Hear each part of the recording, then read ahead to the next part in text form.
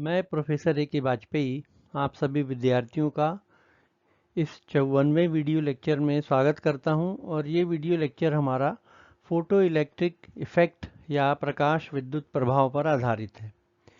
इसके पूर्व हमने जो वीडियो देखा, आप लोगों ने भी देखा होगा, तो उसमें हमने आपको बताया था कि क्लासिकल मैकेनिक्स क्या होती है और क्लासिकल मैकेनिक्स की सफलताएं क्या हैं, उसकी असफलताएं क्या हैं, और उसी क्रम में ये हमारा 54वां वीडियो लेक्चर है। तो आइए इस वीडियो लेक्चर को हम प्रारंभ करते हैं। मुख्य रूप से इसमें जो टॉपिक्स लिए हैं, major objectives of the present lecture, इस लेक्चर में हम आपको क्या बताना चाहते हैं। फिर क्लासिकल मैकेनिक्स, जो पुराना इसके पहले का जो वीडियो लेक्चर था, थोड़ा सा उसको रिवाइज किया है, क्लासिकल मैकेनिक्स क्या है। फिर फोटो इलेक्ट्रिक इफ़ेक्ट, जो मुख्य रूप से हमारा टॉपिक है इस वीडियो लेक्चर में, ये क्या होता है, इसकी परिभाषा क्या है, और फोटो इलेक्ट्रिक इफ़ेक्ट के एक्सपेरिमेंट्स क्या हैं, उनके रिजल्ट्स क्या हैं, और क्लासिकल मैकेनिक्स उनको कैसे नहीं समझा पाती है। आइंस्टीन इक्वेशन क्या है, और आइंस्टीन ने क्वांटम मैकेनिक्स के माध्यम से, प्लैंक्स क्वांटम थ्योरी के माध्यम से कैसे उनको समझाया, और निष्कर्ष। तो मुख्य रूप से हम ये प्रूव करना चाहते हैं, सिद्ध करना चाहते हैं कि फोटो इलेक्ट्रिक इफ़ेक्ट जो है वो क्लासिकल मैकेनिक्स से समझाया नहीं जा सका। फोटो इलेक्ट्रिक इफ़ेक्ट के जो प्रयोग किए गए, उनके परिणामों को क्लासिकल मैकेनिक्स नहीं समझा पाती, और क्वांटम मैकेनिक्स किस प्रकार फोटो इलेक्ट्रिक इफ़ेक्ट के जो रिजल्ट्स हैं, उनकी फाइंडिंग्स हैं, उनको कैसे समझा पाती है। मुख्य रूप से इन दो चीज़ों पे हमने फोकस किया है। तो थोड़ा सा हम रिवाइज कर लें पुराना वीडियो लेक्चर। आपने जो 53 नंबर का था, 53 नंबर का था, उसमें आपने देखा होगा क्लासिकल मैकेनिक्स को थोड़ा विस्तार से बताया है। यहाँ ब्रीफली हम आपको बता देना चाहते हैं कि क्लासिकल मैकेनिक्स वास्तव में एक ऐसी ब्रांच है साइंस की जो दो सिद्धांतों से मिलकर बनी है। पहला, न्यूटन्स के मोशन के नियम, और Maxwell theory of electromagnetic radiation. तो न्यूटन की जो गति के नियम हैं और मैक्सवेल का विद्युत चुंबकीय सिद्धांत, इन दोनों को अगर हम मिला देते हैं तो वो कहलाता है क्लासिकल मैकेनिक्स। तो क्लासिकल मैकेनिक्स का सीधा सीधा मतलब होता है कि न्यूटोनियम मैकेनिक्स, मतलब न्यूटन के गति के नियम और गुरुत्वाकर्षण के सिद्धांत, और इलेक्ट्रोमैग्नेटिक रेडिएशन जो मैक्सवेल ने दी थी, उन दोनों को अगर सम्मिलित रूप से अपन कहें तो क्लासिकल मैकेनिक्स कहलाती है। न्यूटोनियम मैकेनिक्स में दो तरह के गति के नियम हैं। एक तो न्यूटन के तीनों नियम हैं, और उसके अलावा जो गुरुत्वाकर्षण का सिद्धांत है, इन दोनों को न्यूटोनियम मैकेनिक्स कहा जाता है। और इलेक्ट्रोमैग्नेटिक रेडिएशन या ईएमआर थ्योरी जो मैक्सवेल ने दी थी, तो उसमें मुख्य रूप से बताया गया था कि कोई भी चार्ज पार्टिकल जब वाइब्रेट करता है या ऑक्सीलेट करता है तो इलेक्ट्रोमैग्नेटिक रेडिएशन उत्पन्न होते हैं। और ये इलेक्ट्रोमैग्नेटिक रेडिएशंस जैसे यहाँ पे दिखाए गए हैं, इलेक्ट्रिक कंपोनेंट या विद्युत घटक उनका, इलेक्ट्रिक कंपोनेंट और मैग्नेटिक कंपोनेंट या मैग्नेटिक फील्ड से मिलकर बने होते हैं। इसी तरह से उनकी जो वेलोसिटी होती है इलेक्ट्रोमैग्नेटिक रेडिएशंस की, वो लाइट की वेलोसिटी के बराबर होती है। और इलेक्ट्रिक फील्ड जब भी परिवर्तित होती है तो मैग्नेटिक फील्ड उत्पन्न होती है, या मैग्नेटिक फील्ड अगर उत्पन्न परिवर्तित होती है तो इलेक्ट्रिक फील्ड जनरेट होती है। और इलेक्ट्रोमैग्नेटिक रेडिएशन के अगर आप एग्जांपल देखें तो आईआर है, माइक्रोवेव है, रेडियो वेव्स हैं, एक्स रेज, गामा रेज, ये लाइट है, ऑर्डिनरी लाइट, अल्ट्रावायलेट लाइट, ये सारे के सारे इलेक्ट्रोमैग्नेटिक रेडिएशंस के अंतर्गत आते हैं। फिर किसी भी वेव का एम्पलीट्यूड जितना ज़्यादा होगा उसकी एनर्जी उतनी अधिक होगी। ये क्लासिकल मैकेनिक्स के अनुसार है। इलेक्ट्रोमैग्नेटिक रेडिएशन की जो थ्योरी है उसमें ये सब बातें बताई गई थी। फिर जब रेडिएशन एब्जॉर्ब होते हैं या उत्सर्जित होते हैं, एमिट होते हैं, तो कंटिन्यूसली होता है, लगातार होता है। इसी तरह से रेडिएशन को स्पेस में ट्रेवल करने के लिए किसी भी माध्यम की आवश्यकता नहीं पड़ती है। तो न्यूटोनियम मैकेनिक्स और इलेक्ट्रोमैग्नेटिक रेडिएशन थ्योरी, इनको अपन मिला दें तो क्लासिकल मैकेनिक्स बनती है। अब ये क्लासिकल मैकेनिक्स कौन कौन सी चीज़ों को सफलतापूर्वक समझाती है? एक तो जो प्लैनेट्स हैं, सैटेलाइट हैं, कॉमेट्स हैं, स्टार्स हैं, इनके मोशन को। फिर लेयर्ड बॉडीज़ जैसे के जो बिहेवियर होता है, मैकेनिकल बिहेवियर, थर्मल बिहेवियर या डायनेमिक बिहेवियर। फिर इसी तरह से जो स्ट्रिंग है, डोरी होते हैं, उनके वाइब्रेशंस को ये क्लासिकल मैकेनिक्स अच्छे से समझा पाती है। इसी तरह से इलेक्ट्रिक फील्ड में कोई चार्ज पार्टिकल अगर मूव कर रहा है, या लिक्विड का फ्लो है, गैस का फ्लो है, ये सारी बातें क्लासिकल मैकेनिक्स समझा सकता है, समझाई जाती हैं सफलतापूर्वक।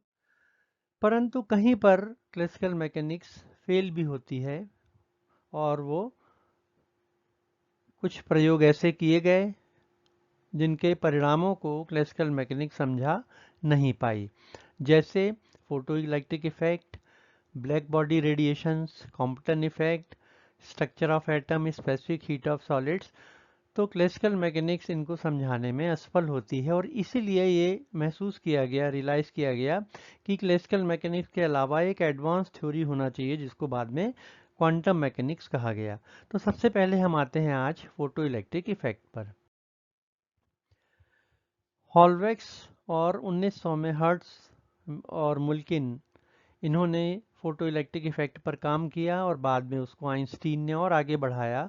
तो ये देखा गया कि जब अल्ट्रावायलेट लाइट, लाइट मेटल मतलब ऐसी धातुएं जिनका एटॉमिक नंबर कम है कंपैरेटिवली, जैसे जिंक, उस पर जैसे गिरती हैं, तो जब रेडिएशंस या अल्ट्रावायलेट लाइट ये किसी मेटल सरफेस पे जैसे जिंक उस पे गिरती हैं, तो क्या होता है, इलेक्ट्रॉन बाहर निकल आता है। तो ये देखिए आप, ये मेटल सरफेस है, ये उसके सरफेस पे इलेक्ट्रॉन है ये, और ये रेडिएशन मतलब अल्ट्रावायलेट लाइट आके यहाँ पे गिर रही है, उसके ऊपर इंसिडेंट है। तो क्या होगा, जैसी लाइट गिरती है वैसे ही जो इलेक्ट्रॉन्स हैं वो बाहर निकलते हैं। तो ये घटना फोटो इलेक्ट्रिक इफेक्ट कहलाती है। अब इसकी परिभाषा अपन इस तरह से दे सकते हैं कि किसी भी मेटल सरफेस को यदि लाइट मतलब प्रकाश या रेडिएशन के सामने रखा जाए, तो उसके फलस्वरूप इलेक्ट्रॉन के बाहर निकलने की घटना को फोटो इलेक्ट्रिक इफेक्ट कहा जाता है। मतलब इजेक्शन ऑफ इलेक्ट्रॉन, इलेक्ट्रॉन का बाहर निकलना किसी भी मेटल सरफेस से, कब, जब उसको हम रेडिएशन या लाइट के सामने रखते हैं, एक्सपोज करते हैं। तो ये डेफिनेशन 1905 में अल्बर्ट आइंस्टीन ने दी थी। और अब उसके बाद कुछ एक्सपेरिमेंट भी किए गए फोटो इलेक्ट्रिक इफेक्ट के ऊपर। वो कैसे किए गए, देखिए। उसमें क्या किया गया, एक इवैक्यूएटेड ग्लास का चैम्बर था, ये मेटल सरफेस है जिसको कैथोड बनाया गया मेटल को, और यहाँ से रेडिएशन इंसिडेंट होते हैं, इसके ऊपर पड़ते हैं, तो इलेक्ट्रॉन बाहर निकलते हैं। ये इलेक्ट्रॉन यहाँ पे एक इलेक्ट्रोड पर, जिसको हम एनोड कहते हैं, पॉजिटिवली चार्ज होता है, कलेक्ट होते हैं। और इसको अगर हम बाहर से सर्किट को कंप्लीट कर दें, तो ये इलेक्ट्रॉनों का फ्लो यहाँ से शुरू हो जाता है। और आपको मालूम है कि अगर इलेक्ट्रॉन यहाँ इस तरह से फ्लो हो रहे हैं क्लॉकवाइज, तो एंटी क्लॉकवाइज एक करंट फ्लो होने लगती है, और इस करंट को कहा जाता है photo electric current. Photo electric current इसलिए कहते हैं इसको क्योंकि रेडिएशन जब पड़ते हैं तभी ये करंट उत्पन्न होती है। रेडिएशन को हटा लेंगे हम, तो ये करंट बंद हो जाएगी, समाप्त हो जाएगी। तो इस तरह से कुछ एक्सपेरिमेंट्स किए गए फोटो इलेक्ट्रिक इफेक्ट के ऊपर। इलेक्ट्रोड पोटेंशियल को वेरी किया गया, रेडिएशन की फ्रिक्वेंसी को वेरी किया गया, इत्यादि इत्यादि, और उसके बाद कुछ रिजल्ट्स आए। तो ये कंक्लूजन पर पहुंचे बाद में जो वैज्ञानिक थे, कि फोटो इलेक्ट्रिक इफेक्ट के लिए आवश्यक है कि जो इंसिडेंट लाइट है या रेडिएशन है, उसकी फ्रिक्वेंसी एक पर्टिकुलर फ्रिक्वेंसी से बराबर हो या उससे अधिक हो। तो यहाँ पे जैसे देखिए, और उस पर्टिकुलर फ्रिक्वेंसी को कहा जाता है थ्रेशोल्ड फ्रिक्वेंसी, न्यू ज़ीरो, और ये है न्यू आई मतलब इंसिडेंट। तो न्यू आई जब इंसिडेंट से अधिक होगा या बराबर होगा तभी फोटो इलेक्ट्रिक इफेक्ट उत्पन्न होता है। तो यहाँ पे देखिए आप, जैसे रेडिएशन आते हैं यहाँ पे जिसकी फ्रीक्वेंसी थ्रेशोल्ड फ्रीक्वेंसी से ज़्यादा है, तो ये इलेक्ट्रॉन बाहर निकल जाएंगे। थ्रेशोल्ड फ्रीक्वेंसी का मतलब होता है एक ऐसी मिनिमम फ्रीक्वेंसी जिसके नीचे फोटो इलेक्ट्रिक इफेक्ट ऑब्जर्व नहीं होता। और ये जो थ्रेशोल्ड फ्रीक्वेंसी है ये किस पे डिपेंड करती है? मेटल के नेचर के ऊपर। सब जैसे जो मेटल्स होती हैं, लिथियम है, सोडियम है इत्यादि, तो इनकी जो सीजियम है, इनकी जो फ्रीक्वेंसी है थ्रेशोल्ड फ्रीक्वेंसी ये कम होती है। और ट्रांजिशन मेटल्स हैं इसके विपरीत, तो उनकी थ्रेशोल्ड फ्रीक्वेंसी ज़्यादा होती है। तो थ्रेशोल्ड फ्रीक्वेंसी डिपेंड करती है नेचर ऑफ मेटल के ऊपर। अब इसी तरह से अगर इंसिडेंट जो रेडिएशन है न्यू आई, इसकी फ्रीक्वेंसी न्यू ज़ीरो से कम है, थ्रेशोल्ड से कम है, तो क्या होगा? फोटो इलेक्ट्रिक इफेक्ट, कोई फोटो इलेक्ट्रिक इफेक्ट ऑब्जर्व नहीं किया जाएगा। तो जैसे यहाँ पे आप देख रहे हैं लाइट पड़ रही है पर इलेक्ट्रॉन बाहर नहीं निकल रहा है। इसी तरह से ये भी देखा गया कि जब लाइट की इंटेंसिटी अपन बढ़ा देते हैं, मतलब रेडिएशन की इंटेंसिटी अगर बढ़ा दिया जाए, तो उतने ज़्यादा संख्या में इलेक्ट्रॉन बाहर निकलते हैं। तो यहाँ पे देखिए जैसे ये रेडिएशन है, इनकी इंटेंसिटी बढ़ा दी अपन ने, तो क्या होगा? अगर पहले 10 इलेक्ट्रॉन निकलते थे तो अब और ज़्यादा इलेक्ट्रॉन निकलेंगे, उससे कई गुना ज़्यादा इलेक्ट्रॉन निकलते हैं। तो जितनी ज़्यादा इंटेंसिटी होगी उतनी ज़्यादा फोटो इलेक्ट्रिक करंट की स्ट्रेंथ होगी। ज़्यादा इलेक्ट्रॉन निकलेंगे मतलब जो फोटो इलेक्ट्रिक करंट है उसकी स्ट्रेंथ भी ज़्यादा होगी। अब इंसिडेंट लाइट की अगर फ्रीक्वेंसी जैसे न्यू आई है, तो ये इलेक्ट्रॉन निकल रहा है और जो इलेक्ट्रॉन निकलता है उसकी काइनेटिक एनर्जी होती है, किसी ऊर्जा के साथ बाहर निकलता है, वो काइनेटिक एनर्जी कहलाती है। जितनी ज़्यादा फ्रिक्वेंसी होगी न्यू आई की, उतनी ज़्यादा काइनेटिक एनर्जी उसकी होगी। तो अगर न्यू आई को बढ़ा देंगे तो ज़्यादा तेज़ी से, ज़्यादा ऊर्जा के साथ, काइनेटिक एनर्जी के साथ इलेक्ट्रॉन निकलता है। फिर ये भी ऑब्जर्व किया गया कि जैसे ही लाइट पड़ती है वैसे तुरंत इंस्टेंटेनियसली इलेक्ट्रॉन बाहर निकलते हैं। तो फोटो इलेक्ट्रिक इफेक्ट क्या है? एक इंस्टेंटेनियस प्रोसेस है, तुरंत त्वरित होने वाली एक घटना है। अब क्लासिकल मैकेनिक्स जो उस समय थी वहाँ पे, मतलब ज्ञात थी, उसकी सहायता से फोटो इलेक्ट्रिक एक्सपेरिमेंट्स को जब समझाने की कोशिश की गई तो देखिए कहाँ पे असफलता प्राप्त हुई। क्लासिकल मैकेनिक्स ये कहती है, ये देखिए ये रेडिएशंस हैं या वेव्स हैं, उसकी लाइट वेव्स हैं या रेडिएशंस हैं। अब आप ये देखिए, ये जो हरी वाली ग्रीन वेव्स है, फ्रीक्वेंसी एक सी है पर इसका एम्पलीट्यूड कम है। जो ब्लू वाली वेव है उसका ज़्यादा है और रेड वाली का सबसे ज़्यादा एम्पलीट्यूड है। आपको मालूम है कि ये जो डिस्टेंस होता है ये एम्पलीट्यूड कहलाता है। तो क्लासिकल मैकेनिक्स तो ये कहती है कि जितना ज़्यादा एम्पलीट्यूड होगा उतनी ज़्यादा एनर्जी होगी। तो इंटेंसिटी जो होती है वो एम्पलीट्यूड के प्रोपोर्शनल होती है, और एम्पलीट्यूड ज़्यादा होगा या इंटेंसिटी ज़्यादा होगी तो एनर्जी भी ज़्यादा होगी। अब इसका मतलब ये हुआ कि लाइट की या रेडिएशन की फ्रीक्वेंसी भले कम हो, पर अगर इंटेंसिटी बहुत ज़्यादा है तो फोटो इलेक्ट्रिक इफेक्ट होता है और होना चाहिए। परंतु वास्तव में हमको मालूम है कि फोटो इलेक्ट्रिक इफेक्ट उत्पन्न करने के लिए ज़रूरी है कि जो इंसिडेंट रेडिएशन है उसकी फ्रीक्वेंसी किससे ज़्यादा होना चाहिए? थ्रेशोल्ड से ज़्यादा होना चाहिए। तो कोई फोटो इलेक्ट्रिक इफेक्ट नहीं होगा अगर इंसिडेंट लाइट की फ्रीक्वेंसी न्यू ज़ीरो से कम है। परंतु क्लासिकल मैकेनिक्स के अनुसार फ्रीक्वेंसी से कोई मतलब नहीं है, इंटेंसिटी लाइट की ज़्यादा होगी तो फोटो इलेक्ट्रिक इफेक्ट होगा। तो ये चीज़ गलत है और क्लासिकल मैकेनिक्स यहाँ पे फिट नहीं बैठती है इस परिणाम को समझाने में। इसी तरह से क्लासिकल मैकेनिक्स के अनुसार जब रेडिएशन पड़ते हैं मेटल सरफेस पे तो उसकी एनर्जी जो है, ऊर्जा, वो इलेक्ट्रॉनों में डिस्ट्रीब्यूट हो जाती है। और इस डिस्ट्रीब्यूशन ऑफ एनर्जी में, इलेक्ट्रॉन में जो ऊर्जा का वितरण होता है उसमें थोड़ा समय लगता है, समय लगना चाहिए, और उसके बाद इलेक्ट्रॉन बाहर निकलते हैं। इसका अर्थ ये हुआ कि रेडिएशन अगर मेटल सरफेस पे पड़ते हैं तो थोड़ी देर बाद फोटो इलेक्ट्रिक इफेक्ट उत्पन्न होता है, जो कि असत्य है। क्यों असत्य है? क्योंकि हमको मालूम है कि फोटो इलेक्ट्रिक इफेक्ट इंस्टेंटेनियस होता है और उसमें कोई भी टाइम गैप नहीं होता। तो इसका मतलब यही हुआ कि क्लासिकल मैकेनिक्स जो है, जो मैक्सवेल थ्योरी है, इलेक्ट्रोमैग्नेटिक रेडिएशन थ्योरी, तो उसकी सहायता से फोटो इलेक्ट्रिक इफेक्ट के जो रिजल्ट्स हैं, परिणाम हैं, उनको हम नहीं समझा पा रहे हैं। अब इसके बाद आइंस्टीन ने कुछ और एक्सपेरिमेंट किए और 1905 में आइंस्टीन ने ये एज्यूम किया प्लैंक्स क्वांटम थ्योरी के आधार पे कि जो रेडिएशंस होते हैं, लाइट है या कोई भी रेडिएशन होते हैं, एक्चुअली वो छोटे छोटे पार्टिकल से मिलकर बनते हैं जिनको फोटोन कहते हैं और उनकी एनर्जी होती है h इंटू न्यू। एच यहाँ पे क्या है? Planck's constant. तो जितनी ज़्यादा फ्रिक्वेंसी होगी उतनी ज़्यादा एनर्जी होगी। तो किसी भी मेटल सरफेस के ऊपर जब रेडिएशन जिसकी फ्रिक्वेंसी न्यू है मान लीजिए पड़ते हैं, तो क्या होता है, ये जो एनर्जी है रेडिएशन की, ये दो भागों में बढ़ जाती है।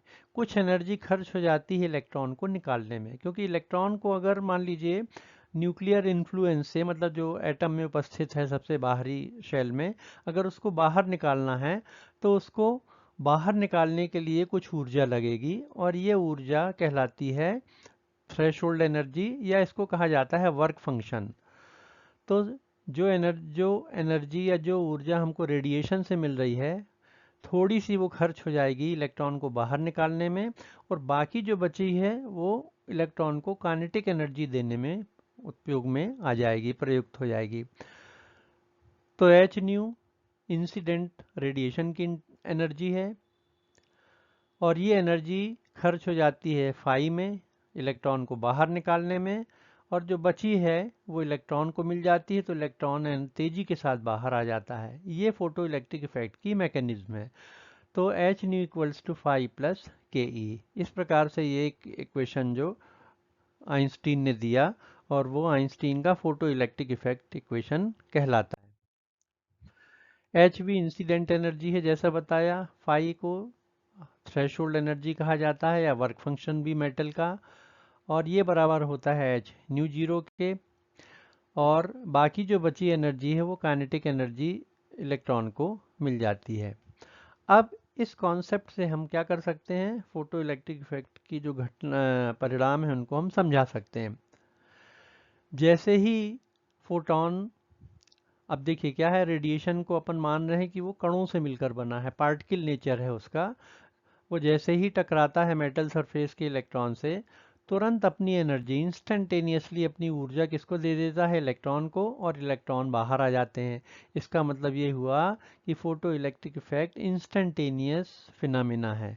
जबकि क्लासिकल मैकेनिक्स क्या कहती है? क्लासिकल मैकेनिक्स के अनुसार फोटो इलेक्ट्रिक इफेक्ट में कुछ समय लगना चाहिए, इंस्टेंटेनियस नहीं होगा, क्योंकि उसमें क्या होगा, जो वेव है या रेडिएशन है अपनी ऊर्जा देंगे इलेक्ट्रॉन को, वो बटेगी सबके बीच में और फिर इलेक्ट्रॉन निकलेंगे। दूसरा जो मुख्य रूप से बिंदु है वो है, अब एनर्जी ऑफ रेडिएशन किस पे डिपेंड करती है? फ्रीक्वेंसी के ऊपर। तो जब तक सफिशिएंट फ्रीक्वेंसी की लाइट या रेडिएशन मेटल सरफेस पे नहीं पड़ेगा, इलेक्ट्रॉन को एनर्जी नहीं मिलेगी, इलेक्ट्रॉन बाहर नहीं निकलेंगे। इसका मतलब है कि जरूरी है कि जो इंसिडेंट रेडिएशन है उनकी फ्रीक्वेंसी थ्रेशोल्ड फ्रीक्वेंसी से अधिक होना चाहिए या बराबर होना चाहिए, तभी इलेक्ट्रॉन बाहर आ पाएंगे। तो अगर इंसिडेंट रेडिएशन की इंटेंसिटी न्यू जीरो से कम है, तो कितनी भी इंटेंसिटी हो लाइट की, उसकी फ्रीक्वेंसी अगर न्यू जीरो से कम है, तो लाइट की इंटेंसिटी कितनी भी हो, फोटो इलेक्ट्रिक इफेक्ट ऑब्जर्व नहीं किया जाएगा। तो जरूरी ये है कि भले लाइट की या रेडिएशन की इंटेंसिटी कम हो, पर उसकी फ्रीक्वेंसी हमेशा एक निश्चित न्यू जीरो या थ्रेशोल्ड फ्रीक्वेंसी से अधिक होना चाहिए। फिर ये भी सिद्ध होता है कि लाइट का जो एम्पलीट्यूड है किसी भी वेव का या रेडिएशन का, वो एनर्जी के प्रोपोर्शनल नहीं है। तो फ्रीक्वेंसी अगर अधिक होगी तभी ये फोटो इलेक्ट्रिक इफेक्ट ऑब्जर्व किया जाएगा, प्राप्त होगा। फ्रीक्वेंसी कम है और इंटेंसिटी कितनी भी अधिक हो जाए, फोटो इलेक्ट्रिक इफेक्ट ऑब्जर्व नहीं होगा। तो न्यू आई मतलब इंसिडेंट रेडिएशन की फ्रीक्वेंसी थ्रेशोल्ड से कम है, तो फोटो इलेक्ट्रिक इफेक्ट ऑब्जर्व नहीं होगा, कितनी भी भले लाइट की या रेडिएशन की इंटेंसिटी ज़्यादा हो। अब इससे ये निष्कर्ष निकला कि जो रेडिएशंस होते हैं उनका ड्यूअल नेचर होता है, पार्टिकल और वेव दोनों की तरह व्यवहार करते हैं, और फोटो इलेक्ट्रिक इफेक्ट को अपन केवल वेव मान के उसको नहीं समझा सकते। जो भी रिजल्ट्स आए थे फोटो इलेक्ट्रिक इफेक्ट के एक्सपेरिमेंट के, तो ये ज़रूरी है कि उनको हम पार्टिकल नेचर हम जब मानेंगे लाइट का या रेडिएशन का, तभी हम उनको समझा पाएंगे। तो इस प्रकार से जो फोटो इलेक्ट्रिक इफेक्ट है ये एक तरह से क्वांटम मैकेनिक्स का एक प्रमाण है, उसका एविडेंस। तो थैंक यू सो मच, आप लोगों ने ध्यान से इस वीडियो लेक्चर को सुना, और अगले वीडियो लेक्चर में हम आपको बताएंगे कि ब्लैक बॉडी रेडिएशन क्या है, एक्सपेरिमेंट उसके कौन कौन से थे, और किस प्रकार क्लासिकल मैकेनिक्स उन एक्सपेरिमेंट्स को समझा नहीं पाई, और फिर बाद में वो क्वांटम मैकेनिक्स के द्वारा समझाए गए। तो ये चैनल में जो लेक्चर है पूरा वो हिंदी भाषा में है, ताकि आप लोग अच्छे से इसको समझ सकें। Thank you so much.